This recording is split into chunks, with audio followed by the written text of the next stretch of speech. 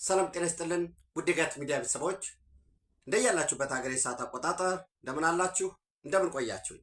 ዕለተ ሰኞ ሰኔ 15 2018 በኢትዮጵያ ዘመን አቆጣጠር ጁን 22 2026 በጎርጎሳውያን የዘመን ስሌት እንደ ቀደም ተከተል የጋት ዕለታዊ አጫጭር የምሽት መረጃዎች ከዚህ እንደሚከተለው ወደ እናንተ አድርሳለሁ። ዘወትር እንደምታደርጉት ዝግጅቱን ላይክ አድርጉ፣ ሸር አድርጉ፣ ሀሳብ አስተያየታችሁን አካፍሉ፣ የጋት ሚዲያ ሜምበር ሁኑ፣ ጋት ሚዲያን በሱፐር ቻት በሱፐር ታንክስ ደግፉ እያልኩኝ ሶስት አጫጭር መረጃዎችን ወደ እናንተ አደርሳለሁ። የመጀመሪያው እንግዲህ በክልሉ በህግ የተደነገገ ነው። ሰኔ 15 ሁልጊዜ በትግራይ ክልል የሰማዕታት ቀን ተብሎ ይከበራል። በዚህ የሰማዕታት ቀን የደርግ መንግስትን ለመጣል በተደረገው የትጥቅ ትግል የተሰዉ እንዲሁም ደግሞ ዓላማው ግቡ የማይታወቅ በፕሮፓጋንዳ በሆይ ሆይታ ለታጀበው ለሰሜኑ የሀገራችን ክፍል በነበረው ጦርነት በህዋት ትንኮሳ ሰሜን ዕዝን በግፍ ጨፈጨፉ። ከዛ በኋላ 4 ኪሎ እንገባለን አሉ። አስቀድመው አሁን ጽምዶ እንደሚሉት ምንም የተለየ ነገር የለውም። ያኔ የፌዴራሊስት ኃይሎች እያሉ ፓርቲ ማህተም እና ሻንጣ የያዙ ሰዎችን በሙሉ ከኛ ጎን ነው የሚል የነበራቸውን የመዋቅራዊ ጉልበት የገንዘብ ጉልበት ከውስጥም ከውጭም ሲያስተባብሩ ቆይተው ለቀባሪ ማርዳት ነው የምታውቁት ነው። ጥቅምት 24 እንደዛ በጀርባውን ወገን አለኝ ህዝብ አለኝ ብሎ ከፊት ደግሞ ግንባሩን ደግሞ ለሻዕቢያ ሰጥቶ ከ20 ዓመት በላይ ኦልሞስት አንድ ትውልድ በሉት የአንድ ትውልድ ዕድሜ 30 ዓመት ነው። ወገኑን የትግራይ ህዝብን የኢትዮጵያ ህዝብን ከጥቃት ሲጠብቅ የኖረ ያን ብቻም አይደለም። በነገራችን ላይ ካለችው ጥቂት ገንዘብ በመቁረጥ በማሰባሰብ በትግራይ ክልል ውስጥ በተሰሩ እያንዳንዱ መሰረተ ልማቶች ከንጹህ መጠጥ ውሃ፣ ከገጠር ትምህርት ቤት፣ ከጤና ጣቢያ፣ ከሐውልት ግንባታ በሁሉም ረገድ የኢትዮጵያ መከላከያ ሰራዊት በሁሉም የኢትዮጵያ ክፍሎች አስተዋጽኦ አለው። ነገር ግን ግዙፉ የሰሜን ዕዝ ምክንያቱም የኢትዮጵያ አደጋ ሁልጊዜ ወረራም ጦርነት የሚመጣው ከሰሜን አቅጣጫ ነው፣ ከቀይ ባህር ጋር የተያያዘው። ከዛ ያን ሲያደርግ የነበረውን በግፍ ከጨፈጨፉ በኋላ ያ ጦርነት ተነሳ። በዛ ጦርነት ኦልሞስት ወደ 3 ዙር ነው የተካሄደው ውጊያው። በዛ ዛሬም ድረስ ሕክምና ያላገኙ ወረፋ የሚጠብቁ ጉዳት የደረሰባቸው ታጣቂዎች አሉ። ለህዋት የትግራይ ህዝብ በጦርነት የሚማገድ አስፈላጊ ሆኖ ሲገኝ የሚሸጥ ቀድሞ ለሻዕቢያ አሁን ደግሞ ለሱዳን ሌላም ገዢ ከተገኘ የሚቀር ባሪያ ነው። ጉዳይ ማስፈጸሚያ ነው። እንደ ሰብጀክት ነው የሚታይ፣ እንደ ሰው አይታይም።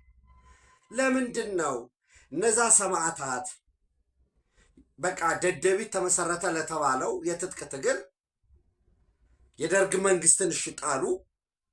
መጀመሪያ የነበረው የትግራይ ሀገርን ማዋለድ ነው። አይ ኖ 4 ኪሎ ከገባን ሞሰቡ ላይ የምንቀመጥ ከሆነ ኬኩን የምናድል ከሆነ ለምን መገንጠል የሚባለው ቢቀር፣ እንዲያውም እኩል ወይም ከኛ በላይ የሆነ ሊገዳደረን የሚችለውን ኃይል አዋክበው አንዳንድ ሰዎችም እንደሚጽፉት ኢብን ከሻዕቢያ በላይ ሻዕቢያ ሆነው ኤርትራን ሲያስገነጥሉ ኢትዮጵያን ደግሞ ዘግተው ከቀይ ባህር አርቀው ያንን ተደርጎ ነፃነት ተገኘ ከተባለ ያ በስልጣን ዘመናችን ምን አይነት ህገ መንግስት ያ ህገ መንግስት እንዴት አዋለር ነው? እንዴት ተገበር ነው?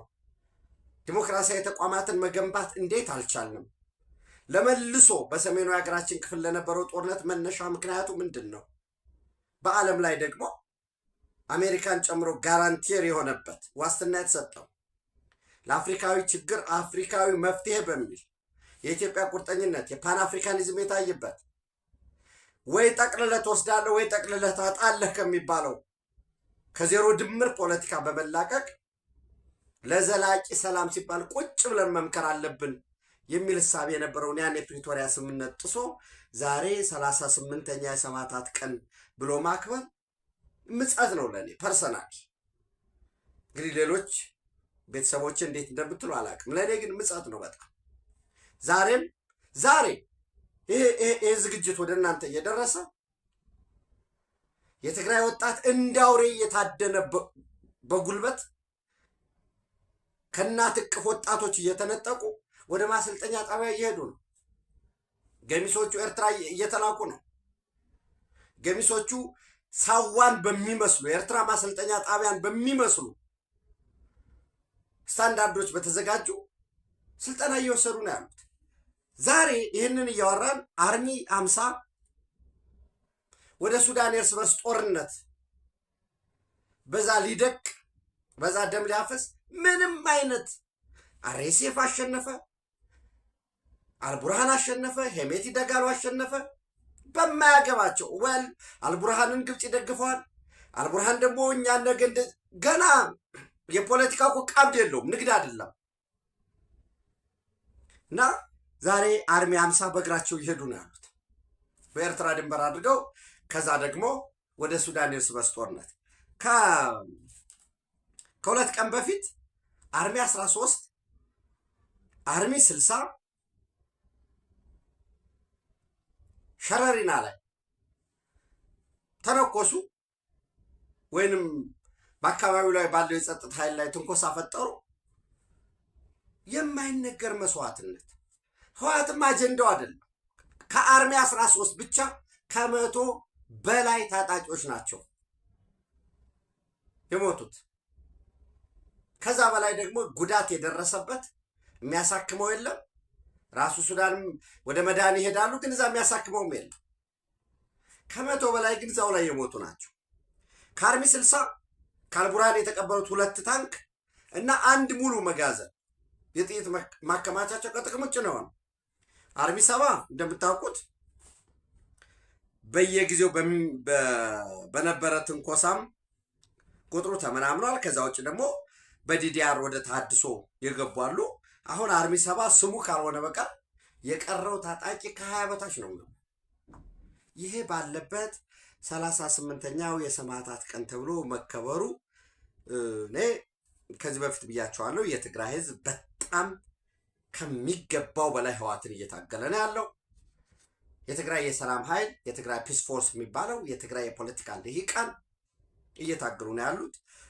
ህወሓትም በዛሬው ዕለት በአፋር በኩል ትንኮሳ እያደረገ ነው። በአበርገሌ በኩል ከፊት እንደ ባንዲራ ያዥ እንደ ለስማቸው ብቻ የራሳቸውን ህዝብ የሚያጎሳቁሉ ያገው ዲሞክራሲያዊ ንቅናቄ ታጋይ የሚላቸውን ከፊት አድርጓል። ከኋላ ግፋ በለው ይላሉ። ወደ ኋላ ሲሸሹም ራሱ ይመታቸዋል። ጎንደር ውስጥም ግፋ በለው እያለ እያስጨርሳቸው ነው ያሉት ብዙዎቹ። አሁን እና ምንድን ነው የሚያስፈልገው? መነጋገር፣ ወደ ራሱ ወደ ፕሪቶሪያ ሰላም ስምምነት መመለስ። የሚፈቱ ጉዳዮች ካሉ አሉ። ደግሞ ጥያቄ ደግሞ አያልቅም። የተፈናቃዮች ጉዳይ አለ። የመሰረተ ልማት መልሶ ግንባታ ጉዳይ አለ። ሌሎችም ተያያዥ ጉዳዮችን በህገ መንግስቱ ጥላ ስር ሰጥቶ በመቀበል ጉዳይ በዘላቂነት የትግራይ ህዝብ የኢትዮጵያ ታሪክ ባለቤት ነው። በዚህ ሀገር ላይ በኢትዮጵያ ሀገረ መንግስት ምስረታ ላይ የወደቀ የተነሳ ከሌሎች ወንድሞቹ ጋር ዋጋ እየከፈለ የመጣ ህዝብ ነው። በኢትዮጵያዊነቱ ምንም ብዥታ የሌለው ህዝብ ነው። ይህ ህዝብ ለጥቂት ቡድን በግራ በቀኝ ብታገላብጧቸው 30-40 ለማይሞሉ ሰዎች የግል ፍላጎት ማስፈጸሚያ መሆን የለበትም። በዚህ ረገድ እንዳልኳችሁ ጥረቶች እየተደረጉ ነው። የፌዴራል መንግስትም በፕሪቶሪያ የሰላም ስምምነት ማዕቀፍ ውስጥ ዓለም አቀፉ ማህበረሰብ ጫና እንዲያደርግባቸው ጥረት እያደረገ ነው። በእርግጠኝነት በዚህ ትንኮሳቸው የሚቀጥሉ ከሆነ ግን በቅርቡ እርምጃ እንደሚወሰድባቸው ተስፋ አደርጋለሁ። በዚህ ከጀርባ ሆኖ ግፋ በለው የሚለውም ሻዕቢያም እንዳልኳቸው ነው። ሻዕቢያ የሆነ ጠበቅ ሲል ነገሩ ወደ ድርድር ይመጣል። አይ ደግሞ እዚህ ውስጥ ያሉ ኃይሎች ደግሞ የለም እኛ እኮ እንደዚህ አይነት ድጋፍ ትጥቅ ስንቅ ብሰጠን እንደዚህ ስልጠና ብናገኝ በዚህ መውጫ መግቢያ ያፈቀደልን እኮ የፌዴራል መንግስቱን እናሸንፈዋለን፣ አንበርከከን ወደ ድርድር እናመጣዋለን። የሽግግር መንግስት የኢትዮጵያን አቅም ካለማወቅ ነው። የኢትዮጵያን ስፋቱን፣ የኢኮኖሚ አቅሙን፣ የህዝቡን ብዛት፣ ፖቴንሻሉን ካለማወቅ ነው። አንዳንዶች ኢትዮጵያ ላፕቶፕ እና ታብሌት ልታመርት ነው የሚል ክቡር ጠቅላይ ሚኒስትሩ ሲናገሩ ያንን አለመቀበላል። በነገራችን ላይ ላፕቶፕ ታብሌት እንኳን እንደ ሀገር እንኳን ትልቅ በአፍሪካ ደረጃ ግዙፍ የኢትዮጵያ አየር መንገድ ያለ ግዙፍ ተቋም የምታንቀሳቀስ በአፍሪካ ግዙፍ የተባለውን አሁን የታላቁ የኢትዮጵያ ህዳሴ ግድብን ገንብታ ወደ ስራ ያስገባች ሀገር ኮይሻ 4 ከህዳሴ ግድብ በመቀጠል ጂቤር ወይም ኮይሻን እየሰራች ያለች ሀገር የኤአይ ማለት እኔ አሁን የኢትዮጵያን ሰክሰስ አስቡት። የኢትዮጵያ አየር ኃይል እኮ ትንሽዬም ብትሆን ለዓለም አቀፉ የአቪዬሽን ኢንዱስትሪ እኮ ያቀርባል እኮ ግባት ኢንፑት እና ያንን ራሳችንን ዝቅ አድርገን ማየት ጠላቶቻችን ከዚህ በፊት ያስቀመጡልን እርስ በርስ የምንባላ በጣም ድሃዎች ፖቴንሻል የሌለን ብሎ የማሰብ ፔስሜቲክ እነዚህ ጨለምተኝነቶች አሉ። ከዚህ መውጣት መቻል አለብን። ብዙ ፖቴንሻሎች አለን። ምን ላፕቶፕ ወይ ታብሌት የስልክ መገጣጠሚያ እኮ አለ እዚህ ቴክኖ። ከዛ በላይ ግዙፍ ነገር እየተሰራ ነው ያለው እና ገንዘቡን ትመድባለን። ቴክኖሎጂ ይመጣል። መጀመሪያ በመገጣጠም ነው የምትጀምረው፣ አሴምብሊንግ ነው የምትሰራው። ከዛ ቀጥሎ ደግሞ ስፔር ፓርት እያመረክ ትሄዳል። ስፔር ፓርት ታመርታል። በዛ ረገድ የምትጭናቸው ፕሮግራሞች፣ ሶፍትዌሮችን ገሚሱን ራስህ ታበለጽጋለህ፣ ገሚሱን ደግሞ ትገዛለህ እና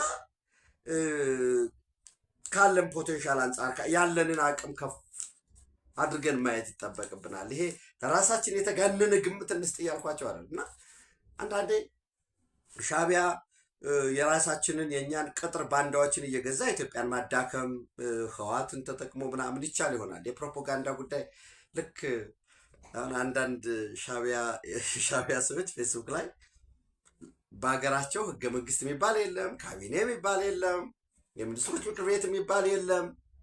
የአፍሪካን ነርዝ ኮሪያ የምትባል ሀገር ስለ ኢትዮጵያ ምርጫ ይጽፋሉ፣ አይሰቀጥጣቸውም። እና ይህን ያለው በነገራችን ላይ በዚሁ ወደ ኢትዮጵያ ምርጫ ስንሄድ ምርጫውን ተከትሎ የእንኳን ደስ አላችሁ መልእክቶች እየተላለፉ ነው።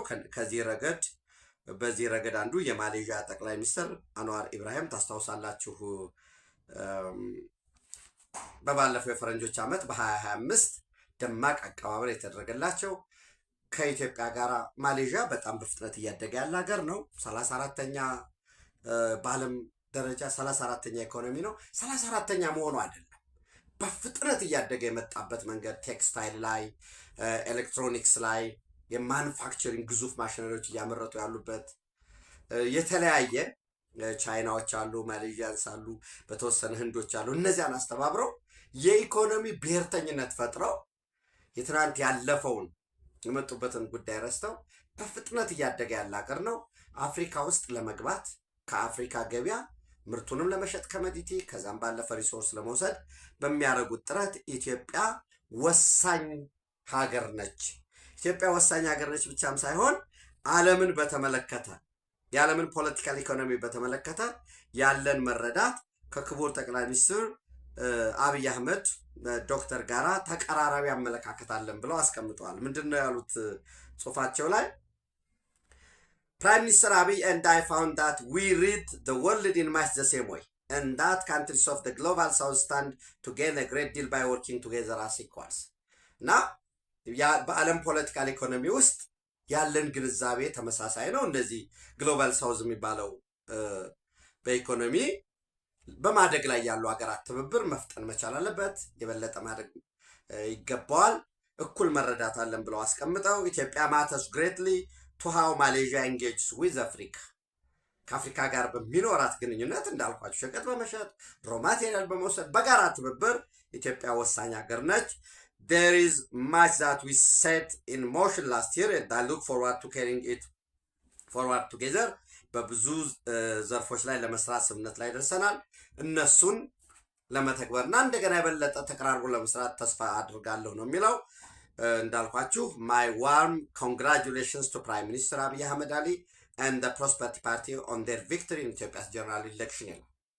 ሰባተኛው ሀገራዊ ምርጫ እንዳልኳችሁ በትናንትናው ዕለት ይፋዊ መግለጫ ተሰጥቶበታል። ብልጽግና ፓርቲ እንደ ፓርቲ ብልጽግና ፓርቲ አሸንፏል፣ መንግስት ለመሆን የሚያስችለው ግን የዘንድሮ በተለይ እውነቴን ነው የምላችሁ ሰባተኛው አገራዊ ምርጫ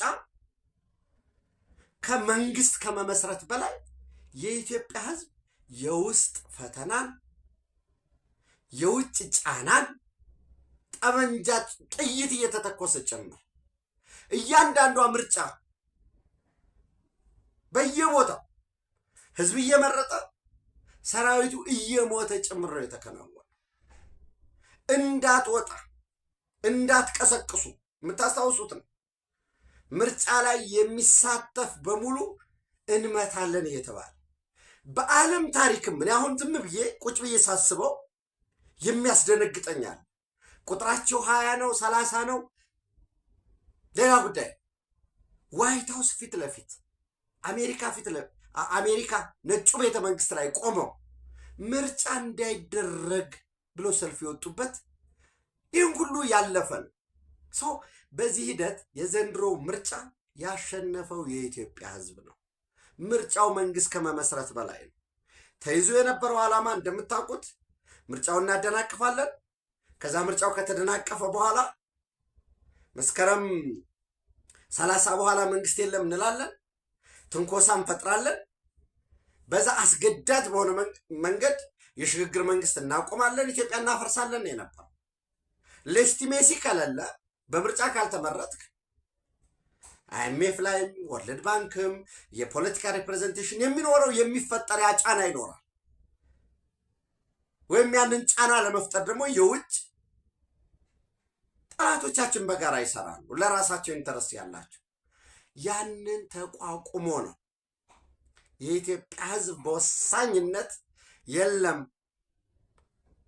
መንግስትን የምመርጠው ስልጣን የምትፈልጉ ከሆነ በእኔ በጣፈንታ ላይ ለመወሰን ፍላጎት ካላችሁ በድምፄ መርጣችኋለሁኝ፣ በካርድ ብቻ ባሎት ምርጫ ካርድ እንጂ ቡሌት ጥይት አልፈልግም ያለበት ያሸነፈው የኢትዮጵያ ህዝብ ነው። እከሌ ፓርቲ አሸነፈ፣ እከሌ እንደዚህ ሆነ፣ እከሌ ምክር ቤት ውስጥ ይህን ያህል ገባ የሚባለው ያ ሌላ ጉዳይ ነው። ጊዜ አለው ለሁሉ። በዚህ የነበረውን ፈተና የምታውቁት ከአንዱ ፈተና ወደ አንዱ ፈተና የተገለባበጥና የመጣ ነው። በእርግጠኝነት እድሜ ጤና ይስጠን። እኔም እንዳልኳችሁ በስምንተኛው ሀገራዊ ፓርቲ መወዳደሬ አይቀርም ከእግዚአብሔር ጋራ። ዞሮ እንዳልኳችሁ የዛሬ 5 ዓመት ስንገናኝ የኢትዮጵያ ፖለቲካል ኢኮኖሚ በመሰረቱ ይቀየራል። በመሰረቱ ሆፕፉሊ እርግጠኛ ነኝ፣ ተስፋ አደርጋለሁ። የምርጫ ስርዓታችን ወደ ፕሬዚደንሻል ስርዓት ይሄዳል። አዲስ ህገ መንግስት ይኖረናል። የክልሎች አስተዳደር አሁን ከምናውቀው ይቀየራል። የፖለቲካል አይዲዮሎጂ ወይም ርዕዮተ ዓለም ተብሎ ዛሬ ስለ ብሔር፣ ስለ ቋንቋ ወዘተረፈ ሙሉ ለሙሉ ዜሮ ላይሆን ይችላል። ግን አዲሱ ኢመርጂንግ ትውልድ ከዛ በመራቅ ዋናው መከራከሪያው ምን ያህል የስራ ዕድል ትፈጥርልኛለህ፣ በኢኮኖሚ ምን ያህል ታሳድገኛለህ፣ የኑሮ ውድነቱን በምን ያህል ትቀንሳለህ፣ የተሻለ የንጹህ መጠጥ ውሃ፣ የስራ ዕድል ፈጠራ፣ የውጭ ንግድን እንዴት አድርገህ አሳድጋለሁ በሚል ጉዳይ ይሆናል። የባህር በር ጉዳይ፣ የግዙፍ መሰረተ ልማቶች ከአዲስ አበባ በ3 አቅጣጫ በደብረ ብርሃን፣ በጎጃም መስመር፣ በጅማ መስመር፣ በተመሳሳይ በአምቦ መስመር፣ ያው በአዳማ መስመር ፈጣን መንገዶች ስላሉ በሚል ነው። እነዚህ የሚጀመሩበት የተጀመረ የኮሪደር ልማት የሚጠናቀቅበት እንዳልኳቸው ኢትዮጵያ በዲጂታል ሶቨርኒቲ በዚህ በላፕቶፕ በስልክ በሌሎችም 60 ሚሊዮን ዓመታዊ የማስተናገድ አቅም ያለው የመጀመሪያው ፌዝ የቢሾፍቱ ኢንተርናሽናል ኤርፖርት የሚጠናቀቅበት ከቢሾፍቱ አዲስ አበባ ማክሲመም 3-4 ደቂቃ የሚፈጅ ፈጣን ኤሌክትሪክ ባቡር ለዛውም በሀገር ውስጥ አቅም የሚገነባበት በመሰረቱ ከ1.5 ሚሊዮን በላይ ቤቶች የሚገነቡበት ሰፋፊ ውጤቶች ይመጣሉ። ለዚያ ምርጫ ሲመጣ ሰርገኛ መጣ በርበሬ ቀንጥሱ ከሆነ አካሄድ በመውጣት የኢትዮጵያ ሕዝብ ምንድን ነው የሚፈልገው? መራጮቹ ማን ናቸው? ምርጫው ዳታ ሙሉ ለሙሉ ዳታው የኢትዮጵያ ብሔራዊ ምርጫ ቦርድ ሙሉ ለሙሉ ዳታ ስጡን ማለት ሊከብድ ይችል ይሆናል። ነገር ግን ምን ያህል ነበረ የተመዘገበው? ምን ያህል ቮተር ተርናውት ሬቱ ምን ያህል ሆነ? እነዚህን ሁሉ ዳታዎች ይዞ ሌሎችንም ጨምሮ አቅም በፈቀደ መልኩ ፓርቲዎች እየተንቀሳቀሱ በተበታተነ መልክ ለምሳሌ ጥምረት፣ ትብብር፣ ቅንጅት፣ ግንባር የነበሩት አሁንም የርዕዮተ ዓለማቸውን ፈትሸው ምን ብለው ወደ አንድ ግዙፍ ፓርቲ የሚመጡበትን ቢያንስ ፉክክሩ በቀጣይ በተበጣጠሰ መልኩ ሳይሆን አሁን ሁለተኛ ተፎካካሪ ኢዜማ ሆኗል። ሌላ ሶስተኛ ተፎካካሪ አራተኛ የሚለውን በምክር ቤት በህዝብ ተወካዮች ምክር ቤትም በክልልም ሆነው ሰብሰብ ብለን እንዴት እንሁን የሚለውን የማየት ተቀራርቦ መስራት እንጂ ይሄ ከዚህ በተለመደው ከዚህ በፊት በነበረው በግርግሩ እንዲሁ እየጮህን እንቀጥላለን የሚለው እኔ ማለት መብታቸው ነው። ነገር ግን አንድ ዛሬ ምን ይላል ዋዜማ ላይ የወጣው ትብብር ለኢትዮጵያ አንድነት ይሄ እናት ፓርቲ የጊዮን የአማራ ጊዮን ንቅናቄ ምናምን የሚባል ፓርቲ ያለበትና የሀፓ ያሉበት አንድ ሌላም ፓርቲ አለ። ከዚህ ቀደም ያቀረባቸው ቅድመ ሁኔታዎች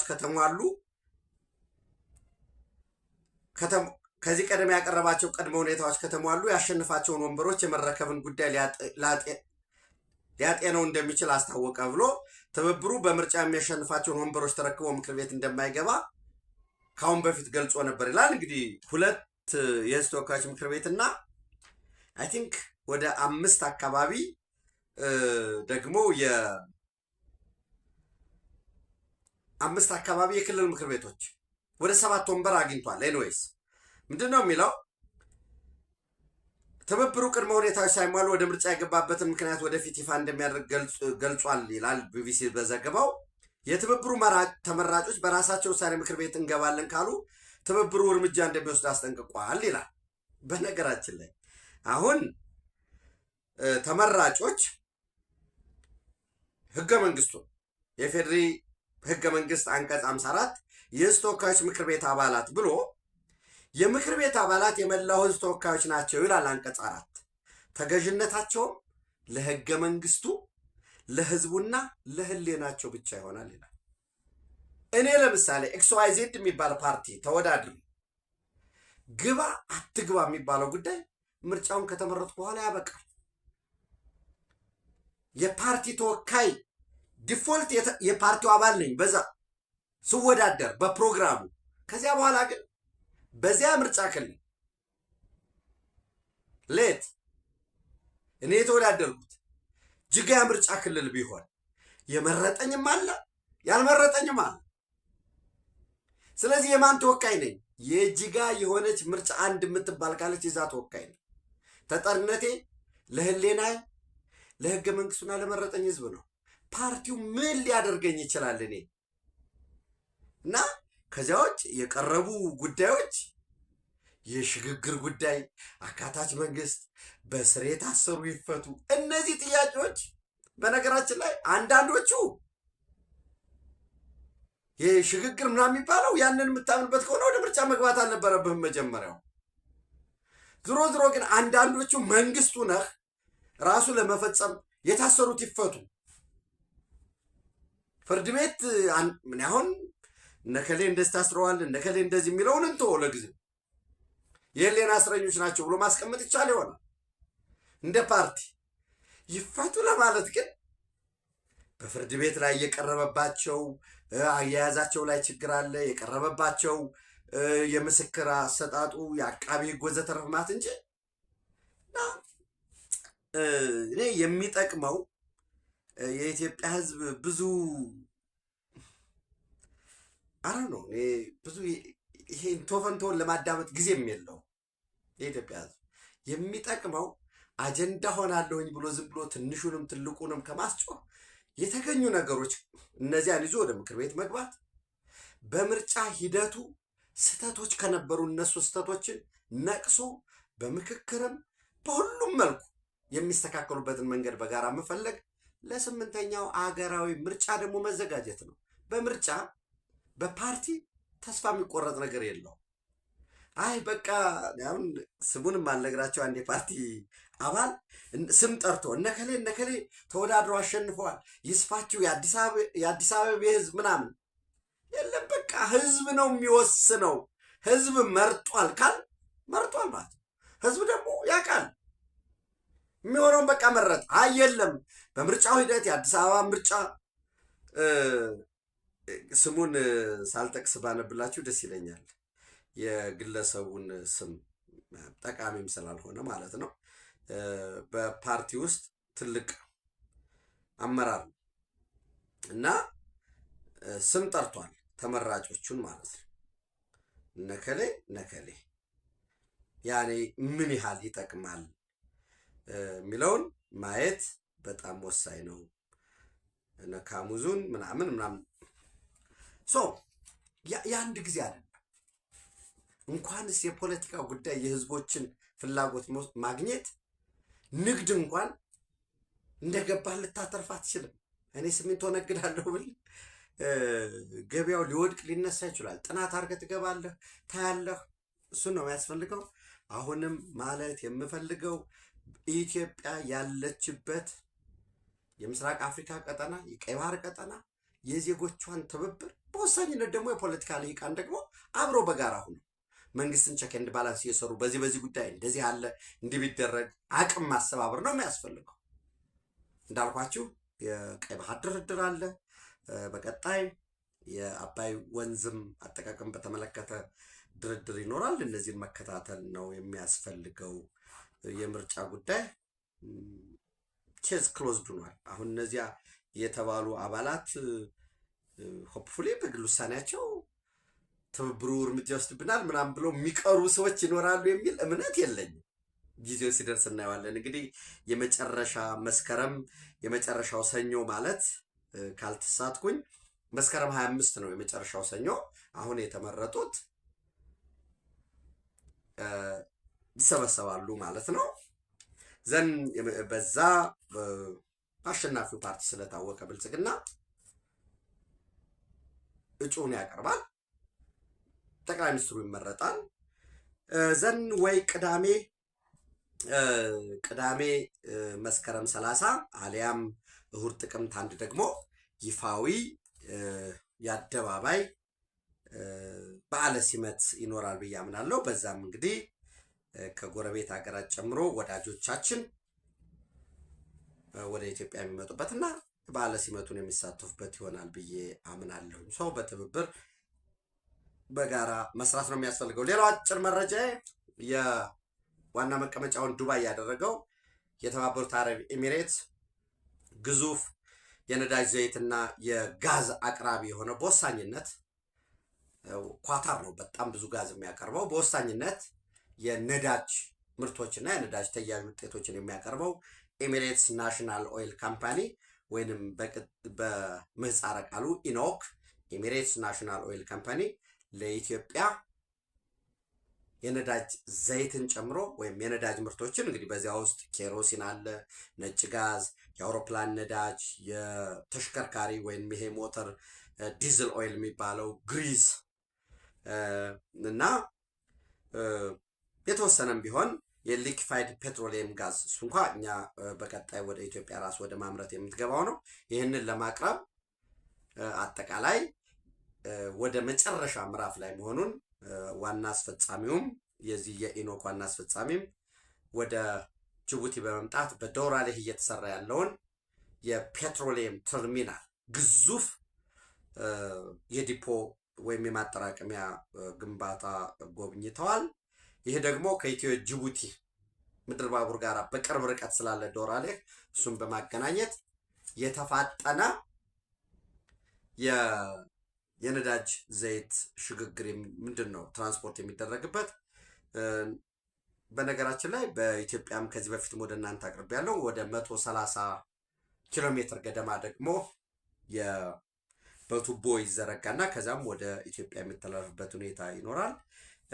የኢሚሬትስ ናሽናል ኦይል ካምፓኒ በተለይ ኢኖክ አቅራቢ መሆኑ ምንድነው ከሆርሙዝ ጋራ የሚተላለፉ በሆርሙዝ ብቻም ሳይሆን በዚህ በኢንዲያን ኦሽን በኩል ፉጅራህ የሚባለው ኢሚሬትስ 7 ግዛት አላት። ከዛ አንዱ ፉጅራህ ነው። በዚህ በኢንዲያን ኦሽን በኩል የግድ ሆርሙዝን ማቋረጥ ሲያስፈልግ ያለ ነው። በዛ ለማቅረብም ይሆናል። እንግዲህ ሆርሙዝ ድጋሚ ይዘጋል።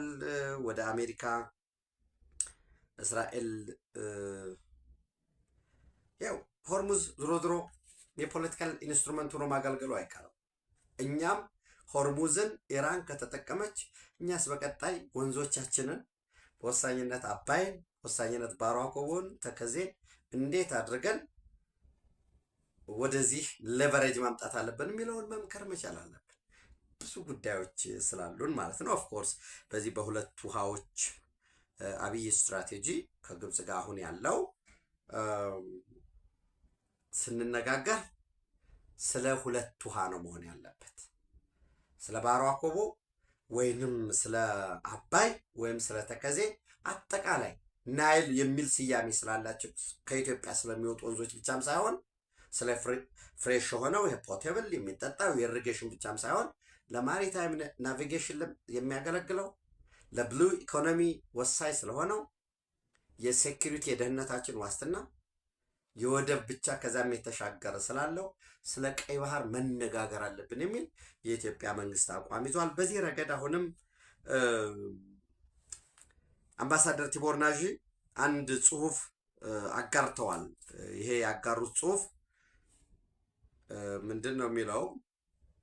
ምናልባት ያጋሩትን ጽሁፍ ባነብላችሁ ኢትዮጵያ ሚስትሪ ተደርጋለች ነው የሚለው። ትራምፕ puts the dam back on the table. Somaliland plants a flag in Jerusalem and Somalia stays down 3 crises at once ብሎ ምን ይላል? At the G7 in Ivan on June 17, Trump put the Grand Ethiopian Renaissance Dam back on the table while sitting next to President Abdel Fattah al-Sisi, and he did so in Cairo's language. ሲያቀርብ ልክ አብደል ፈታህ አልሲሲ እንደተናገረው ነው ወይንም የሱም ፍላጎት ነው። የኢትዮጵያን ፍላጎት የኢትዮጵያን ጥያቄ በትክክል ዶናልድ ትራምፕ አልተገነዘበም ወይንም አሜሪካ እሱ ላይ የጠራ ግንዛቤ የላትም ይላል። እንግዲህ ጸሐፊው ጂም ስቴንማን ነው የሚባለው። ይሄ ጂም ስቴንማን ማለት ምናልባት የሲአይኤ አባል የነበረ የአፍሪካ ጉዳዮች አናሊስት፣ የፋኦ በዓለም አቀፉ የምግብ ድርጅት ውስጥ የክላይሜት ሳይንቲስት የሆነ ሰው ነው እና ሆሪዞንስ ላይ ነው ጽሁፉን ምናልባት በጥልቀት ማንበብ ብትፈልጉ ከሆነ ጌትነት አለማጥር ነው የሚል ፌስቡክ ገጼ ላይ አድሬሱን አስቀምጥላችኋለሁኝ ብታነቡት ደስ ይለኛል። እና he said the dam had caused tremendous problem for Egypt, told Sisi the country had been treated very unfairly by Ethiopia and promised to give a settlement the highest priority ይልና ግብጽ በደንብ በሚገባ አላስተናገዱህም፣ ግብጽ እየተጎዳች ነው፣ የወንዙ መጠን ቀንሷል እና ቀዳሚ አጀንዳ ያደርገዋለሁኝ ብለዋል ብሎ ይህንን ይተቻል። ይህንን ጽሑፍ አጋርተው አምባሳደር ቲቦር ናዥም የአሜሪካ ፕሬዝደንት ዶናልድ ትራምፕ ጉዳዩን በትክክል አላጤኑትም፣ በደንብ ቢረዱት ኑሮ አሁን የያዙትን አቋም ሙሉ ለሙሉ ይቀይሩ ነበረ። ወይንም አሁን ካላቸው አቋም ይሄ የውሃው ፍሰቱ ቁሟል፣ በደንብ ትሪት አልተደረክም፣ ያው ከዚህ በፊት በመጀመሪያ ግድቡን ታፈነደዋለች ነበረ፣ ከዛ በሁለተኛ ተመልሰው ሲመጡ ደግሞ እኛንን የሰራ ነው ወዘተረፈ የሚሉ ጉዳዮች ከዚህ የተለየ አቋም ይኖራቸዋል ወይም አቋማቸውን እንዲለውጡ ያደርጋል። በዚህ ረገድ ግን አሁን ዶናልድ ትራምፕ ባላቸው አቋም ውጤት ላይ መድረስ ስለማይቻል ኢትዮጵያና ግብጽ በጋራ ቁጭ ብለው ችግራቸውን እንዲፈቱ እድል ሊያመቻቹ ይገባል በሚል አምባሳደር ቲቦር ናዥ ያስቀመጡት አለ። የውጭ ሀገራት የውጭ ዜጎች እውነቱን ተረድተው ለእውነት ለፍትህ በቆሙበት ሁኔታ እኛ የውስጥ ችግራችንን የውስጥ ልዩነት ለዘላለም ይኖር። በነገራችን ላይ ልዩነት የለውጥ ምንጭ ነው። ክብሪት አንደኛው ተመሳሳይ ቢሆን እሳት ሊጭር አይችልም። እንደዚህ ሲፋተግ እሳት ይጭራል። የተለያየ ሀሳብ ቢኖረን የኔ ሀሳብ ካንተ ሀሳብ ካንቺ ሀሳብ የተለያየ ቢሆን ግን መዳረሻው ሄዶ ግን አንድ ሀገር አለን። ከድህነት መውጣት አለብን። የበለጸገ ማህበረሰብ እንፍጠር። እስከ መቼ ነው የለመን እንቀጥለው? ኢትዮጵያ አሁን ያለችበት ነባራዊ ሁኔታ አይገባትም ብለን ማሰብ መቻል አለብን። እኔ ለዚህ እንዲረዳ በተለይ ፖለቲከኞች አሁን ጠዋት እንደዚህ አድርጋችሁ ጸልዩ ምናምን እንደሚባል ፖለቲከኞች ዝም ብለው ጠዋት የኢትዮጵያን ካርታ ቢያዩት ሲነሱ ወይ ቤታቸው ላይ አድርገው ወይ ቢሮአቸው ሲገቡ ኤኒዌይስ ወይ ስልካቸው ላይ አድርገው የኢትዮጵያን ካርታ ቢያዩት ከምጽዋ እስከ ራስ ዱሜራ ድረስ እንዴት እንደተዘጋባት 37 ኪሎ ሜትር ርቀት ላይ ከዚህ ከአዲስ አበባ ቢሾፍቱ በማይደርስ ርቀት ያንን አስቀምጠን ነው ከዚያ ቀይ ባህር እንደዛ ተዘግቶብን ርቀን ዋናው ስትራቴጂክ ነገሩ ተዘግቶብን አንዳንዶች ይመጡና የሆነ መንደርን የሆነ አካባቢን ወሳኝ ነው ስትራቴጂክ ነው ምናምን የሚል ነገር ያንን ለማስረጽ የሚገጋጡ ሰዎች አሉ። ኢትዮጵያ ሁሉም ወሳኝ የተለየ ወሳኝ የሆነ አካባቢ የለም። የኢትዮጵያ ባላንስ በጂኦፖለቲካ ላይ ወሳኝ የሆናት ቁልፍ ጉዳይ ቀይ ባህር ዘግተን እዚህ ውስጥ ባለ ጉዳይ ሌላ ቦታ አልወሰደብን እና እንዴት አድርገን ነው ከዚህ መውጣት ያለብን? በመግቢያ እንዳልኩት እንዴት ነው 17 ዓመት ትግል ታግያለሁ የሚል ድርጅት ከዛ እዚህ ኢትዮጵያ ውስጥ ደግሞ ከ1983 ኦልሞስት እስከ 2010 ለ27 ዓመት ያህል ኢትዮጵያን የመራ ኮር ፓርቲው ነው። እንደገና መልሶ አሁንም ለሌላ ጦርነት ለሌላ ጥፋት ወጣቶችን እየመለመለ 35 የአካል ጉዳት የደረሰባቸውን ለደረሰባቸው ዜጎች የመኖሪያ ቤት መስሪያ የሚሆን የመሰረተ ድንጋይ የተቀመጠ ተብሎ ዜና ይነገራል። ጥሩ ነው፣ ቤት ይሰራላቸው። ግን ለነዚህ 35 የአካል ጉዳት በደረሰባቸው ቤት ከመስራት ባለፈ ሌላ 35,000 ሌላ 350,000 ሌላ ደግሞ ለጉዳት ለመዳረግ መሮሯጡ ምንድን ነው የሚሰራው? ይሄንን በደንብ ማየት ያስፈልጋልና ሌላው ምናልባት ትናንት አንድ መረጃ ወደ እናንተ አድርሻችሁ ነበረ። የእስራኤል መከላከያ ወይንም የእስራኤል ዲፌንስ ፎርስ እስራኤል ፕላንስ ቱ ዲፕሎይ ሰብመሪንስ ኢን ሶማሊላንድ ዲፌንስ ኔትወርክ ኢን ሶማሊላንድ የሚል የዲፌንስ ኔትወርክን የጁን 2026ን ዘገባ መሰረት አድርጌ ወደ እናንተ አድርሻችሁ ነበር። እነዚህ ሰብማሪኖች ጀርመን ሰራሽ የሆኑ እስከ 1500 ኪሎ ሜትር ድረስ ኢላማቸውን መምታት የሚችሉ ተጉዘው ፖፔ ቱርቦ ክሩዝ ሚሳይል ያላቸው ለማስፈር እየተነጋገሩ ነው የሚል ይህንን የዲፌንስ ኔትወርክን ዘገባ አድርሻችሁ ነበር። አሁን ደግሞ ኤኒዌይስ ትክክል ነው እያልኳቸው አይደለም። ያው የበለጠ ማጣራት ያስፈልጋል። ከዚህ ጀርባ ዓላማው ምንድን ነው የሚለውን በደንብ እንድታዩ ነው። የሚድል ኢስት ሞኒተር ሞር ኦር ለስ ኳታር ነው ቤዝ ያደረገው፣ ግን በአብዛኛው ጽፎች የሚወጡ ግብጾች ናቸው የሚያወጡት። እና ምን ይላል?